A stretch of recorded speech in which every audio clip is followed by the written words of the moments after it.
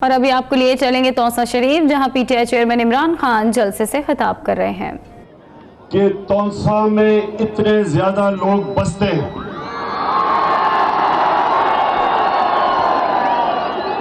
और सिर्फ इतने ज्यादा आवाम जलसे में आई नहीं, एक आवाम जो शऊर रखती है, जो पाकिस्तान के मसले समझती है। जब तकरीरें हो रही थी, शिराज बैठ जाओ। जब तकरीरें हो रही थी तो मैं देख रहा था कि हर इशू की मेरे नौजवानों को समझ थी। ये अल्लाह का खास करम है हमारी कौम पे कि आज एक जागी हुई कौम है। वो कौम है जो समझती है कि उनके हुकूक क्या है, पाकिस्तान के मसले समझती है। और इसलिए मैं आज आपको आपके शऊर को खराज तहसीन पेश करता हूं। खड़ा है अब इमरान, चलेगा सब कप्तान, नया बनेगा पाकिस्तान, नया बनेगा पाकिस्तान, नया बनेगा पाकिस्तान, खड़ा है इंशाअल्लाह। अच्छा, यहाँ आपने बड़े गौर से बात सुनी है, शोर नहीं मचाना, क्योंकि आपके लिए आया हूं। यहां मैं आपके लिए आया हूं। देखिए, अब सुने मेरी बात। दो किस्म के दुनिया में निजाम है, एक इंसानों का और एक जानवरों का। ये मैं नौजवानों आप सबके लिए ये बात कर रहा हूं, गौर से समझे। अल्लाह ने लाख से ऊपर इस दुनिया में अपने पैगंबर भेजे। सारे जो अल्लाह के पैगंबर थे, उनका सिर्फ एक मकसद था दुनिया में आने का, अल्लाह का पैगाम लाने का। नौजवानों को क्या मकसद था, वो क्या पैगाम लेके आए थे? वो हमें जानवरों के माशरे से मुख्तलिफ बनाने आए थे। तौसा के नौजवानों, याद रखो, जानवर भी इस दुनिया में आता है, खाता है, पीता है, बच्चे पैदा करके मर जाता है। इंसान सिर्फ इंसान तब बनता है जब उसमें इंसानियत होती है और इंसानों के माशरे में इंसाफ होता है। नहीं तो जानवरों के माशरे में दो ही तो चीजें मुख्तलिफ है, जिसकी लाठी उसकी भैंस। जो ताकतवर है वो कमजोर पर जुल्म करता है, जो जानवरों में कमजोर जानवर होता है वो भूखा मर जाता है। इंसानों का माशरा नबी सल्लल्लाहु अलैहि वसल्लम ने मदीना की रियासत में बनाया, जो जानवरों के माशरे से मुख्तलिफ था। और उन्होंने मिसाल बनाई आने वाली दुनिया के लिए कि इंसानों का माशरा क्या होता है। उस माशरे में सबसे पहले इंसाफ था, कानून के सामने सब एक बराबर थे, कमजोर और ताकतवर कानून की नजर में मुख्तलिफ नहीं थे।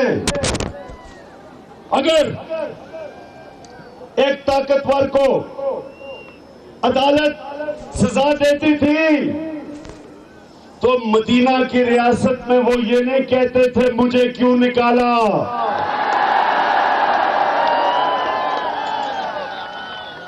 क्योंकि इंसानों का माशरा था।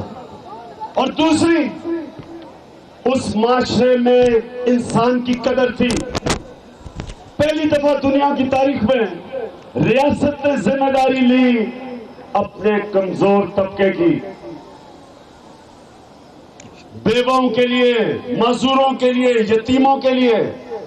पहली दफा दुनिया में एक ऐसी रियासत बनी जिसने रियासत ने अपनी बेवा, यतीमों, कमजोर, गरीबों की जिम्मेदारी ली। और आप जानते हैं कि मदीना की रियासत में पहली दफा इंसान की तारीख में अपने बूढ़ों की जिम्मेदारी ली। मदीना की रियासत में पहली दफा पेंशन्स दी गई बूढ़ों को।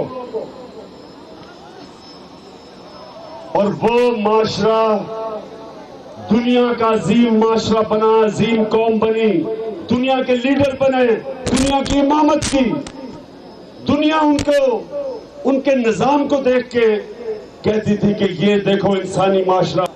दुनिया उनके कैरेक्टर को देख के मुसलमान हो गई। ये गलत कहते हैं कि तलवार के जोर पे लोग मुसलमान हुए। लोगों ने जब एक माशरे में महज़ब देखा, इंसानियत देखी, इंसाफ देखा, लोग उस माशरे को कॉपी करते थे, वो बनना चाहते थे। तो आज नौजवानों भी नहीं, सुनो और नवाज चला गया है। गो नवाज चला गया, वो वापस नहीं आने लगा। और अभी तो हुदैबा पेपर मिल खुल गई है। अभी किसकी बारी है? शहबाज शरीफ नहीं, शोबाज शरीफ। आजकल आपने देखिए वो कपड़े कैसे पहनता है, टोपियां देखिए उसकी, टोपियां, हैट। अच्छा तो सुने अब आप मेरे से पूछेंगे कि इमरान खान, अभी शिराज ने इतनी जबरदस्त लंबी लिस्ट पढ़ी कि क्या क्या जरूरत है तौंसा को। देखिए मैं आपको मुख्तसरन बताता हूं कि हमारे में और बाकियों में क्या फर्क होगा। हमने पाकिस्तान को वो माशरा नहीं बनाना जो अभी बना हुआ है। ये पाकिस्तान का जो माशरा ये इंसानों के लिए नहीं है। यहां अक्लमंद जानवर हैं, जानवर ऐसी हरकतें करते हैं जो इस वक्त। और क्या फर्क है, आपको मैं पंजाब की मिसाल देता हूं। तकरीबन 60% पंजाब का पैसा डेवलपमेंट फंड लाहौर पे खर्च होता है। सोचे कि तकरीबन 12 करोड़ का पंजाब है और इसका 60% तकरीबन जो डेवलपमेंट फंड है वो लाहौर पे खर्च होता है। तो बाकी इलाकों में क्या हो रहा है? वो हो रहा है जो अगर आप टीवी के ऊपर वो जो जानवरों की फिल्में आती है, नेशनल ज्योग्राफिक या एनिमल प्लेनेट, उसमें आप देखते होंगे कि शेर एक जानवर को मारते हैं। पहले बब्बर शेर सबसे पहले वो खाता है, उसके बाद शेरनियां खाती हैं, फिर वो बच्चे खाते हैं। और आप देखते होंगे कि जो सबसे कमजोर बच्चा है वो बेचारा, उसको मिलता कुछ नहीं, वो भूखा मर जाता है। अभी हमारा वो माशरा है। लाहौर क्योंकि वो कैपिटल है, सेंटर है, उधर शरीफ खानदान का तख्त है, सबसे ज्यादा पैसा उधर। जितने उधर से दूर आते जाओ, जनूबी पंजाब आते जाओ, यहाँ कम पैसा खर्च होता है। यहाँ के लोग पीछे रह गए हैं, उधर के लोग थोड़े आगे, इस्लामाबाद के लोग आगे चले गए। हमने क्या करना है? तहरीक-ए-इंसाफ ने, मैं आज आपको अपनी पॉलिसी बता रहा हूं, या हमारे जो 10 करोड़ गरीब लोग हैं गुर्बत से नीचे, हमने उनको ऊपर लेके आना है। तो ऊपर कैसे लेके आएंगे? सबसे पहले जो कमजोर और गरीब इलाके हैं उनको हमने ऊपर उठाना है, उनको ऊपर उठाएंगे। अब सुने जरा, ये सुने नौजवानों, आपके लिए दुनिया की तारीख में, ये मैं बार बार आपको समझाता हूं, ये याद रखें, दुनिया की तारीख में कभी नहीं हुआ कि एक मुल्क ने, चाइना ने 70 करोड़ लोगों को गुर्बत से पिछले 30 साल में निकाला है, कभी नहीं हुआ। और उन्होंने कैसे किया? उन्होंने सबसे पहले अपने कमजोर तबके को उठाया, छोटे किसानों को उठाया। उन्होंने किसानों को उनकी मदद की कि उनके पास बीज डेवलप करके दिए, उनको मार्केट की, उन्हें सस्ता पानी दिया, उनको सस्ती खादें दी। तो जब छोटा किसान उठा तो देहात के अंदर गुर्बत कम हुई। तहरीक साफ किसानों सुन लो, हम आके इस मुल्क के किसानों की इसलिए मदद करेंगे कि 70% हमारे लोग देहात में रहते हैं और सबसे ज्यादा गुर्बत देहात में है। देहात में रोजगार नहीं मिलता, पढ़ाई नहीं आपको मिलती, सारे लोग शहरों की तरफ चले जाते हैं। शहरों का ये हाल है, आज लाहौर का शहर का हाल देखें कि वहां 10 फुट दूर नजर नहीं आ रहे लोग। आलूदगी इतनी हो गई है, इतनी आबादी हो गई है, गंदा पानी है, 60% लाहौर के लोगों को साफ पीने का पानी नहीं मिलता। अस्पतालों का बुरा हाल है क्योंकि सारा पैसा उधर लगा दिया और यहां से देहातों से लोग शहरों की तरफ जा रहे हैं। हमने देहातों के ऊपर पैसा खर्च करना है। हम आपके इस इलाकों में पैसा खर्च करेंगे, हम यहां आपके लिए स्कूल अच्छे बनाएंगे, हम आपके लिए रोजगार, हम आपके लिए रोजगार देने का, हम रोजगार देने के लिए आपको देहात के अंदर मौके देंगे। अब मैं आपको बताऊं, ख्वाजा साहब ने कहा कि जी नमल यूनिवर्सिटी में 2 स्कॉलरशिप्स दे तौंसा के लोगों को। तौंसा के लोगों को नमल यूनिवर्सिटी में स्कॉलरशिप नहीं देंगे, इंशाल्लाह तौंसा में नमल यूनिवर्सिटी जैसा कॉलेज बनाएंगे। और उससे क्या फायदा हुआ? यहां मुझे पता है कि आपकी माशाल्लाह ज्यादातर लोग पढ़े लिखे हैं। मैं अब आपको समझाऊं कि नमल यूनिवर्सिटी ने क्या फायदा होता है। जब आप एक तालीम का इदारा ऐसा बनाते हैं जो लोगों को स्किल एजुकेशन देता है, हुनर सिखाता है, उससे क्या होता है? आज इंशाल्लाह कल मैं जाऊंगा नमल यूनिवर्सिटी में, वहां डिग्रीज दूंगा। ये जरा सुने, नमल यूनिवर्सिटी में 95% जो स्टूडेंट हैं स्कॉलरशिप पे मुफ्त पढ़ रहे हैं। उन्होंने अभी डिग्रीज ली, बर्मिंघम नहीं ख्वाजा साहब, ब्रैडफोर्ड यूनिवर्सिटी की अभी डिग्रीज ली। आप ये सुने, अभी डिग्री मिली है उनको। 91% स्टूडेंट्स को अभी से नौकरियां मिल गई हैं। 91% नौजवानों को अभी यूनिवर्सिटी में डिग्री कल मिलेगी, नौकरियां अभी से मिल गई हैं। और नौकरियां कैसी मिली हैं? गरीब घरानों के बच्चे हैं, उनके जो बाप मजदूरी करके सारा साल मजदूरी करके पैसा कमाते हैं, वो बच्चे निकलते साथ ही 1 महीने में उससे ज्यादा पैसा कमा लेंगे। ये होता है आला तालीम का फायदा। आपको जो तालीम मिल रही है अब तक वो आपको काबिल नहीं करती नौकरियां लेने के लिए। सबसे बड़ा पाकिस्तान का मसला बेरोजगारी है और बेरोजगारी की वजह से गुर्बत है। तो हमने जब गुर्बत का इस मुल्क में गुर्बत के खिलाफ जहाद लड़नी है तो सबसे पहले रोजगार नौजवानों को दिलवाना है। और रोजगार के लिए मुख्तलिफ तरीके हैं। नौजवानों को हम कर्जे दे सकते हैं ताकि वो अपनी बिजनेस सेटअप करें, छोटे किसानों की मदद कर सकते हैं।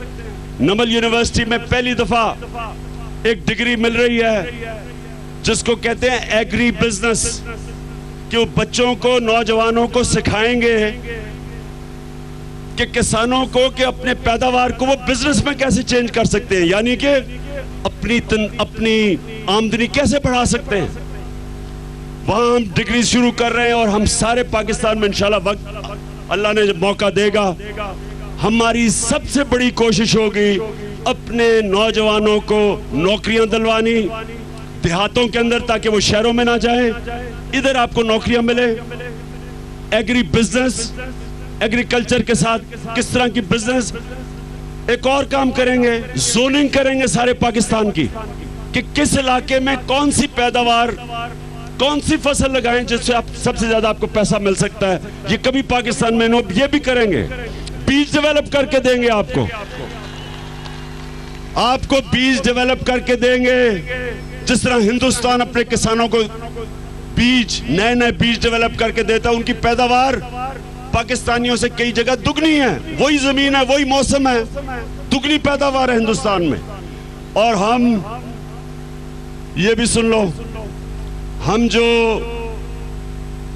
पाकिस्तान के अंदर चीज करेंगे जो कभी पाकिस्तान में पहले नहीं हुई, कि जो हमारा टैक्स का निजाम है, ये समझ जाओ नौजवानों, ये समझ जाओ, जो टैक्स का निजाम है आज पाकिस्तान में, वो सारा टैक्स 90% टैक्स अवाम से इकट्ठा किया जाता है चीजें महंगी करके। जो चीज ये आपने टेलीफोन जो अपने आपने बत्तियां जलाई हुई हैं, आपको पता है 100 रुपए में से 35% टैक्स कटता है। हर चीज पे 17% जीएसटी कटता है। डीजल पे, पेट्रोल पे टैक्स लगता है।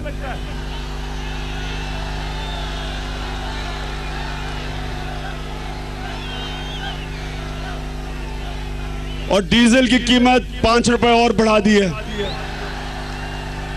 तो ये क्यों अवाम से टैक्स इकट्ठा किया जाता है? क्योंकि पैसे वाले लोग इस मुल्क में टैक्स नहीं देते। हमारी जो एफबीआर है, जो टैक्स इकट्ठा करती है, वो मिल जाती है ताकतवर लोगों के साथ। वो टैक्स नहीं देते। वो टैक्स इसलिए नहीं देते कि उन्होंने पाकिस्तान से बाहर पैसा भेज देते हैं। पाकिस्तान से चोरी करके पैसा बाहर भेजने को क्या कहते हैं? Money laundering. यानी यहां से पैसा चोरी किया, क्योंकि चोरी ज्यादा पैसा है। छोटा चोर तो 1000 लाख रुपया, ज्यादा से ज्यादा करोड़ रुपया कर लेगा। ये जो बड़े डाकू हैं, ये अरबों रुपया चोरी करते हैं। अगर वो पाकिस्तान में रखेंगे तो पकड़े जाएंगे, इसलिए पाकिस्तान से बाहर भेज देते हैं। तो जब वो ताकतवर लोग अपना पैसा बाहर भेजते हैं, उससे दो नुकसान होते हैं। एक, डॉलर की कमी हो जाती है, क्योंकि डॉलर लेके बाहर भेजते हैं। जब डॉलर की कमी होती है, कर्जे लेने पड़ते हैं आईएमएफ से।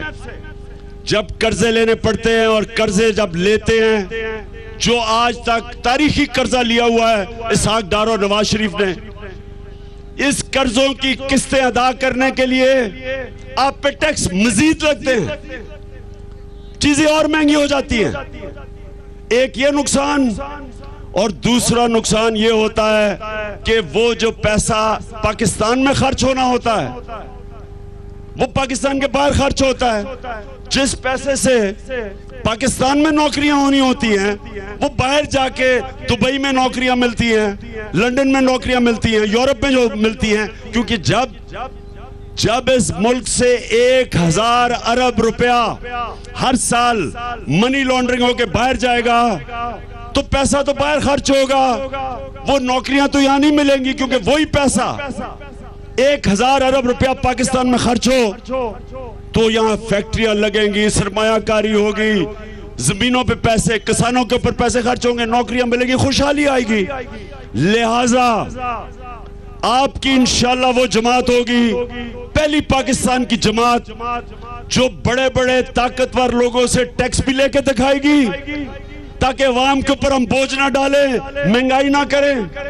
और दूसरा, ये जो बड़े बड़े इस मुल्क के करप्ट लोग, नवाज शरीफ की तरह, आसिफ जरदारी की तरह, इसहाक डार की तरह, शहबाज शरीफ की तरह, जो इस मुल्क में आए, इक्तदार में आए, पैसा चोरी करके बाहर ले गए, इनको जब तक हम इनको पकड़ के जेलों में नहीं डालेंगे, इनका पैसा वापस नहीं लेके आएंगे, इनको इबरतनाक सजाएं नहीं देंगे,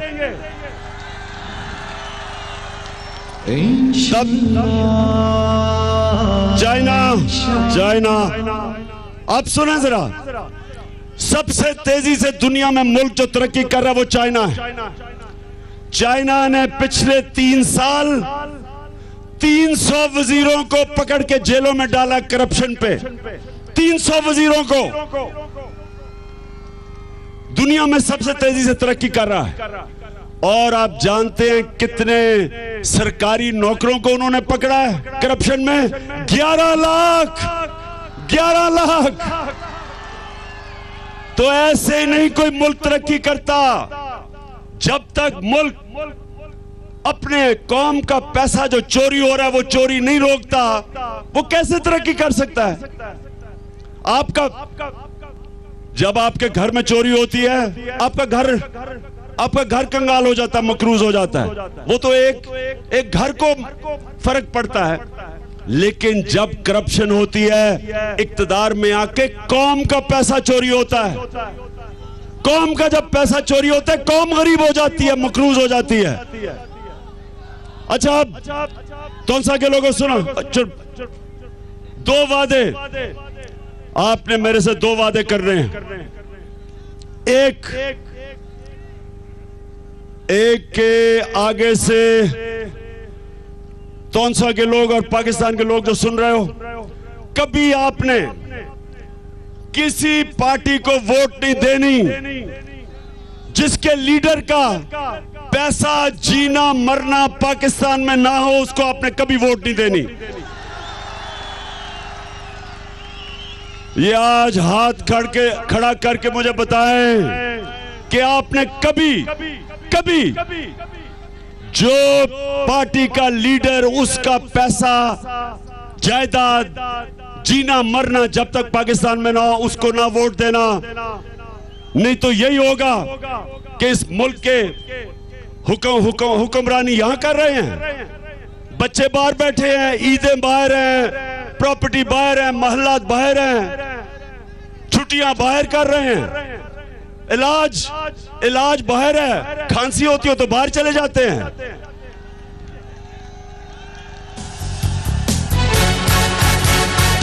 जाग उठा है सारा वतन साथियों, मुजाहिदों जाग उठा। और दूसरा वादा, अब ये सुने, हर मुहज़्ज़ब माशरे में जब कोई कौम का पैसा चोरी करते हुए पकड़ा जाता है, वो मुहज़्ज़ब माशरा उनका सोशल बॉयकॉट करता है। सोशल बॉयकॉट का मतलब ना उसके लोग उन करप्ट लोगों से हाथ मिलाते हैं, ना उनके घर दावत पे जाते हैं और ना उनको अपनी दावत पे बुलाते हैं, ना उनके खानदान में शादियां करते हैं। शादियां भी नहीं करते, बेशक रिश्तेदार हो आपके, और बड़े से बड़ा ओहदे पे बैठा हो, प्राइम मिनिस्टर हो, वजीर हो, उस मुल्क के लोग उससे हाथ नहीं मिलाते। क्यों? क्योंकि वो गरीबों का पैसा चोरी करता है।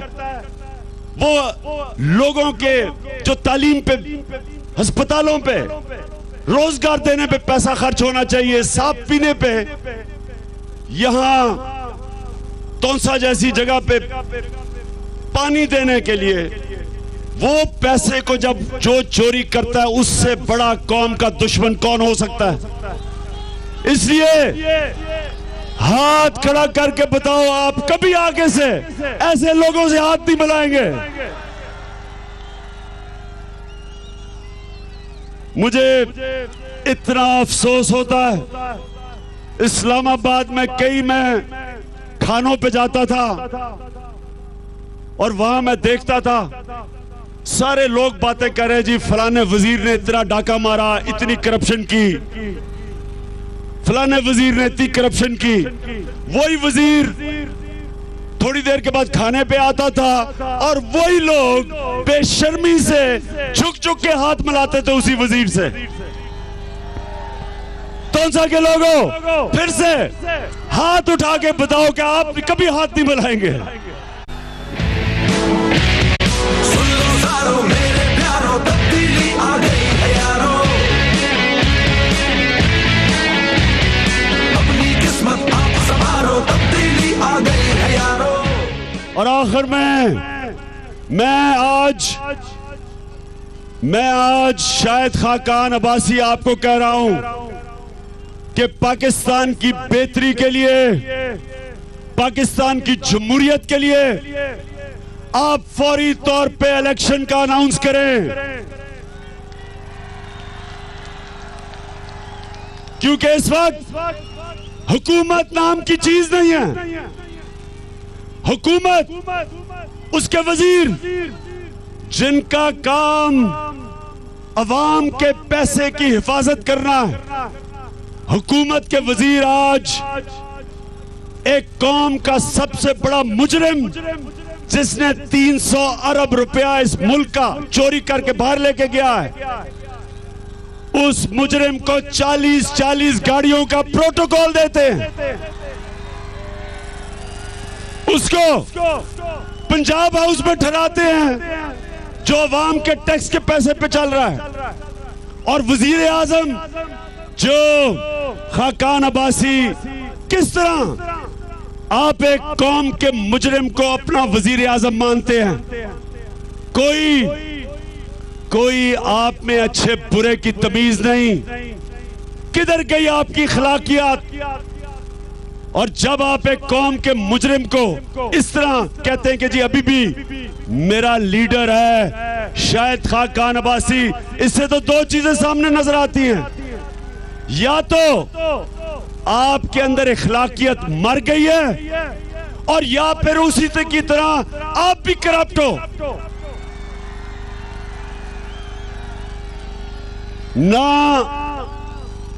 ना यहां फाइनेंस मिनिस्टर है, इसहाक डार इंग्लैंड चला गया है इलाज करवाने के लिए। मुझे तो उसको बिस्तर पे देख के बड़ा दिल मेरा खराब हुआ, एकदम ही लगा बड़ी तेजी से हालत खराब हुई है। तो जब वो उधर बैठा है, वो इधर है ही नहीं। वर्ल्ड बैंक कह रहा है कि पाकिस्तान की मेशत को इन्होंने बर्बाद कर दिया है। दूसरी तरफ वो अभी अमेरिका की जो फॉरेन सेक्रेटरी या कोई अभी हिंदुस्तान गया, वो कहता पाकिस्तान की हुकूमत इतनी कमजोर है कि पाकिस्तान से कोई इस वक्त मुआहदे नहीं किए जा सकते। और फिर इस हुकूमत की इंफॉर्मेशन मिनिस्टर वो क्यों नवाज शरीफ की हिमायत कर रही है? और फिर कौन से मुल्क में इस तरह अदलिया को बुरा, अपने जजेस को बुरा भला कहा जा रहा है जो नवाज शरीफ हमारी अदलिया से कर रहा है? मैं तो अपने जजेस को सलाम करता हूं, उनके सब्र को सलाम करता हूं। मेरी तरह का जज होता अभी तक उसको मैं कभी का जेल में डाल दिया होता। जितना मैं इमरान खान जितना दूजियां जमाता फिर बड़ा पिट्टा। और जब हालात इतने बुरे हों, एक जो वजीरे दाखिला है वो एक कामा लेके बैठा हुआ सऊदी अरेबिया का, नैब को मैं कहूंगा कि इसको इन्वेस्टिगेट करो कि क्यों इसने कामा लिया हुआ है, पता चलवाए कि इसका बैंक अकाउंट तो नहीं नवाज शरीफ की तरह। और दूसरी तरफ इकामा ख्वाजा आसिफ दुबई में एक कंपनी से 50,000 दिरहम महीने की तनख्वाह ले रहा है। कभी सुना कि मुल्क का वजीर किसी और मुल्क से उनकी कंपनी से तनख्वाह ले रहा हो? ये कौन से मुल्क में ये मजाक होता है? ये सिर्फ ये ऊपर आते हैं पैसा बनाने के लिए, और हम ये कहते हैं आज खाकान अब्बासी इलेक्शन बुलाओ। हुकूमत नाम की चीज नहीं है, माशी हालात बुरे हैं, फॉरेन पॉलिसी आप बना नहीं सकते। और मैं अभी नौजवानों ने मुझे बताया इंडस यूनिवर्सिटी के यहाँ स्टूडेंट्स भी आए हुए हैं, उनको डिग्रीज दी गई और वो पता चला जाली डिग्रीज दी। हम यहाँ एडमिनिस्ट्रेशन को कहते हैं कि फौरी तौर पे एक्शन लिया जाए इनके खिलाफ, कि बेचारे हमारे नौजवान नौकरियां, उन्होंने नौकरी नहीं, पता चला डिग्री बोगस दी है। तो तौसा के लोगों, क्या आप इलेक्शन के लिए तैयार हो?